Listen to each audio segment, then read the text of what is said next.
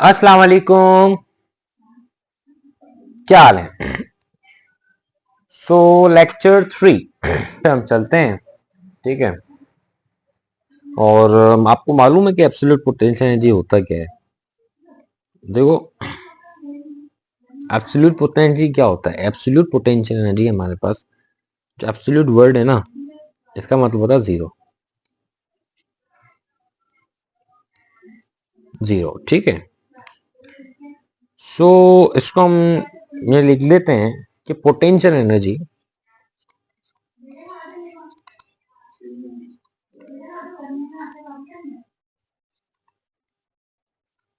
potential energy in the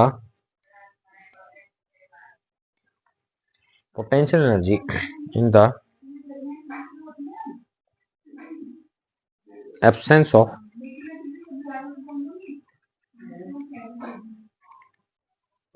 earth's gravitational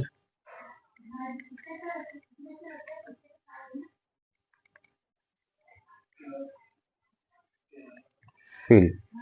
ठीक है। अब मिसाल के तौर पे आपके पास एक ऑब्जेक्ट है।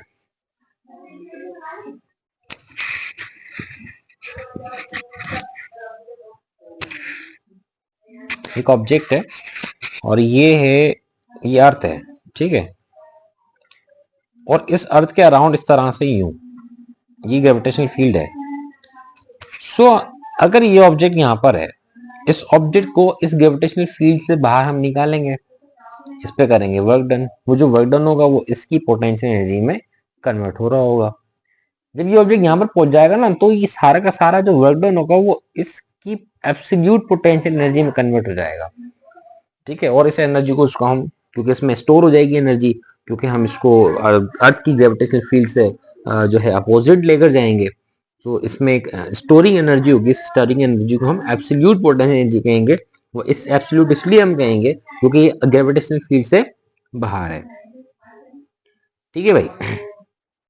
अब हम इसकी डेरिवेशन करते हैं, जो आपकी बुक में थोड़ा सा मुश्किल करके पेश की गई है, लेकिन इंशाल्लाह हम इसको बड़ी आसानी से जो है इसको हम सोल्व करेंगे। ठीक है। डेरिवेशन इसकी क्या है हमारे पास? डेरिवेशन आसान है। अब इस ऑब्जेक्ट पे हमने क्या किया? वर्क डन किया। ठीक है। तो वर्क डन का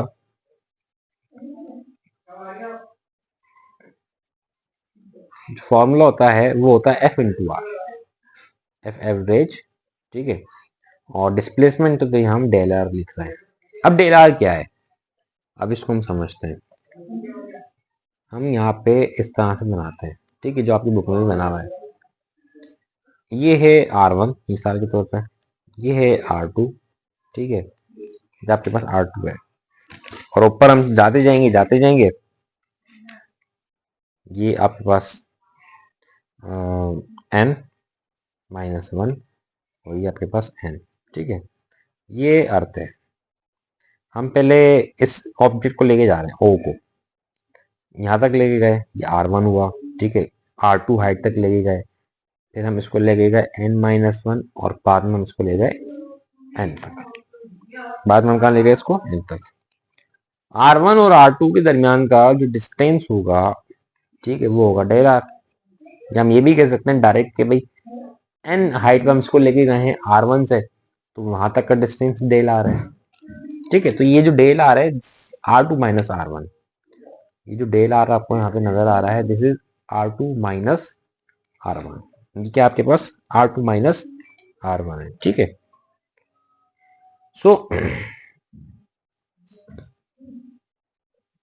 अब हमने जो वर्क डन का फॉर्मूला लिखा था, वो था W is equal to F average del are.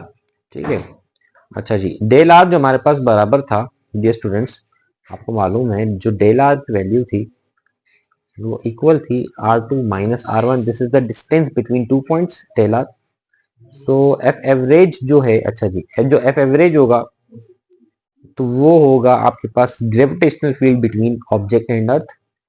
तो जो एफ एवरेज की वैल्यू हमारे पास है वो है G M M E ठीक है। R square, R means radius of Earth होता है, यहाँ पर हम लेंगे average radius, average distance from the surface of Earth.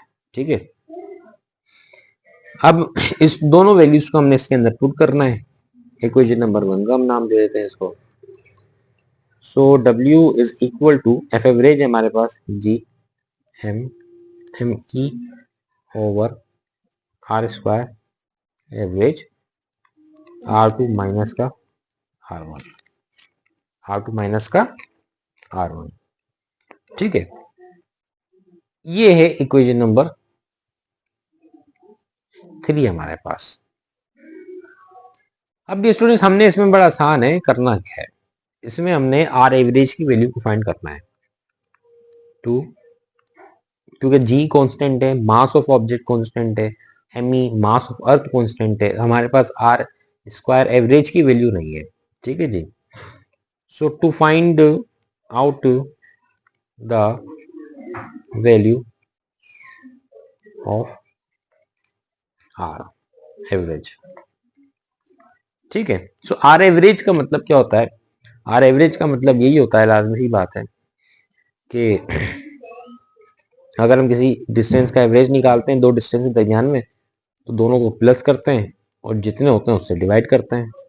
ठीक है। अगर मैं R1 से R2 की तरफ एक ऑब्जेक्ट को लेकर जा रहा हूँ, तो R1 plus R2 divide by 2 करूंगा तो ये आर एवरेज निकल जाएगा। अच्छा जी, अब देखो ये बात हमें पता है कि जो डेल आर होता है वो बराबर होता है R2 माइनस R1 के। ठीक है जी। अच्छा, माइनस R1 है, इस तरफ चलेगा तो प्लस का हो जाएगा, तो यहाँ पे ये जो R2 की वैल्यू है वो बराबर होगी डेल R प्लस R1 के। हम इसको इक्वेशन नंबर 4 का नाम देते हैं और इक्वेशन नंबर 5 का।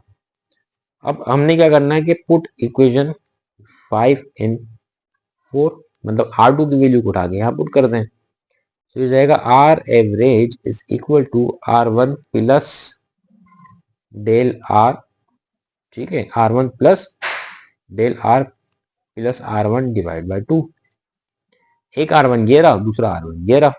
ठीक है, तो आप इन दोनों को प्लस कर दो, तो ये हो जाएगा आपके पास 2R1 plus del R divide by 2। ठीक है जी। अच्छा, अब इसको हम क्या ऐसे लिख सकते हैं कि R is equal to 2R1 divide by 2 plus del R divide by 2। 2 से 2 आपका cancel, so R is equal to R1 plus del R divide by 2। ठीक है जी। अब क्योंकि आर स्क्वायर चाहिए, so squaring on both side कर दो, तो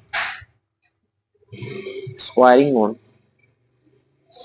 बोथ साइड, ये हो जाएगा R square is equal to R1 plus del R divide by 2 का whole square.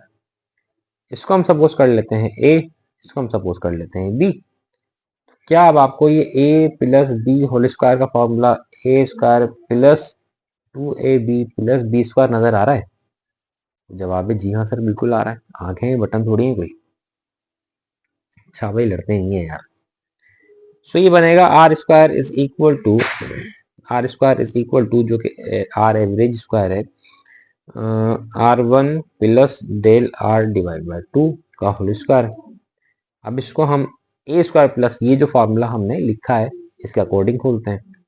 So R1 square plus 2R1 del R divide by 2 plus A भी है ना, ये ए हो गया, ये बी हो गया, ये हो जाएगा डेल आर ओवर 2 स्क्वायर, ये हो जाएगा 4। अब देखो ये जो वैल्यू है ना डेल आर की, ये मच मच लेस देन होती है R1 से। ठीक है, सो इसलिए हम डेल, अब क्योंकि वैल्यू डेल आर की वैसी छोटी है, स्क्वायर करोगे तो और छोटी होगी, तो उसको हम क्या कर देते हैं, नेग्लेक्ट कर देते हैं। तो हमारे पास जो वैल्यू बचती है वो आर स्क्वायर एवरेज की बचती है R1 स्क्वायर प्लस 2। अच्छा ये देखो 2 से 2 आपका कैंसिल, सो हम यहाँ पे 2 नहीं लिखेंगे, इसको मिटाएंगे जरा, इसको मिटा दो, मिटा दिया। सो बचा हमारे पास R1 into del R, R1 into del R. ठीक है, और क्योंकि ये पूरी टर्म क्या हो गई, नेग्लेक्ट हो गई, तो यहाँ पे लिखेंगे ही नहीं। अच्छा, डेल आर बराबर होता है R2 माइनस R1 के, यहाँ पुट कर दो, तो ये हो जाएगा R1 square plus R1 R2 minus R1, R1 R2 से मल्टीप्लाई, तो R1 square plus R1 R2, ठीक है। आर ये हो गया प्लस माइनस माइनस R1 का square plus R1 square minus R1 square cancel, so R square average की जो वैल्यू हमारे पास आई है वो आई है R1 इंटू R2, ठीक है। अब ये देखो R1 R2 वैल्यू आई है, तो इतना लंबा प्रोसेस किया, R1 R2 वैल्यू आई, हमने इसको इस इक्वेशन नंबर 3 के अंदर पुट करना है, ठीक है। तो उसके अंदर अब हम इसको पुट करते हैं। फॉर्मूला क्या लिखा हुआ था, W is equal to G M M E R2 minus R1 divided by R square average. So put कर दो G M M E R2 minus R1, ठीक है जी, R2, अच्छा आर एवरेज की हमने वैल्यू पुट करनी थी R2 R1, सो ये R2 R1, यहाँ पर भी R2 R1, R2 से R2 आपका कैंसिल, R1 से R1 आपका कैंसिल, तो ये जो वर्क डन हम करते हैं स्टोर होता है एब्सोल्यूट पोटेंशियल एनर्जी की फॉर्म में, ठीक है जी, और माइनस का आपके पास साइन आया, और ये हमारे पास हुआ G M M E over, इसको हम ऐसे भी लिख सकते हैं कि R1 माइनस R2, ऐसे भी लिख सकते हैं हम, ठीक है। लेकिन बेहतर ये है इसको आप ऐसे लिख दो G M M E over 1 over R1 minus 1 over R2, ठीक है। तो ये आपके पास किसका फॉर्मूला है कि जब आप एक पॉइंट से दूसरे पॉइंट पर मूव करते हैं। अब हमने कहा कि हमने ऑब्जेक्ट की पोटेंशियल एनर्जी जीरो करनी है, तो हम इसको अर्थ से बहुत ज्यादा दूर लेके जाएंगे, तो डिस्टेंस होगा वो इन्फिनिटी भी हो सकता है, ठीक है।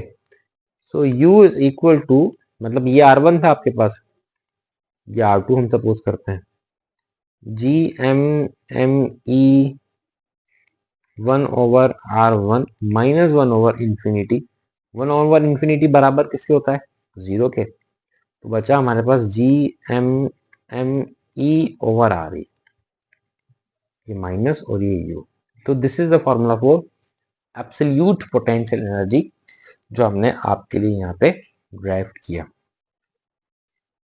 अब देखो G कांस्टेंट है, मास ऑफ ऑब्जेक्ट कांस्टेंट है, ME भी कांस्टेंट है, RE भी कांस्टेंट होता है वैसे तो, ठीक है। यहाँ पे एक रिलेशन आपको नजर आ रहा होगा, वो है कि U is inversely proportional to minus 1 over R। इसका मतलब ये है कि अगर आप अर्थ से 200 फीट ऊपर चले जाते हैं, माइनस 200 फीट, ठीक है, फिर आप जाते हैं माइनस 1000, फिर आप जाते हैं माइनस 15,000, तो कौन सा नंबर ज्यादा है, मतलब कौन सी वैल्यू बड़ी होगी, माइनस 200, माइनस 1000 की माइनस 15,000, तो ये वैल्यू बड़ी होगी क्योंकि ये माइनस के अंदर है, ठीक है, ये वैल्यू बड़ी होगी। तो कहने का मकसद ये है ये स्टूडेंट्स, मतलब कहने का यहाँ पे ये है कि अगर आप डिस्टेंस इंक्रीज करते हैं, मतलब अगर आप अर्थ की सरफेस से और ऊपर चले जाते हैं, जाना चाहते हैं, तो आपके अंदर उतनी पोटेंशियल एनर्जी भी इंक्रीज होती जाएगी इन पॉजिटिव नंबर्स, ठीक है, क्योंकि यहाँ पे फार्मूले में हमारे पास माइनस लगा हुआ है। सो डियर स्टूडेंट्स, यहाँ पे हम एब्सोल्यूट पोटेंशियल एनर्जी को एंड करते हैं। नेक्स्ट लेक्चर तक अपना बहुत सारा ख्याल रखें। अल्लाह हाफिज।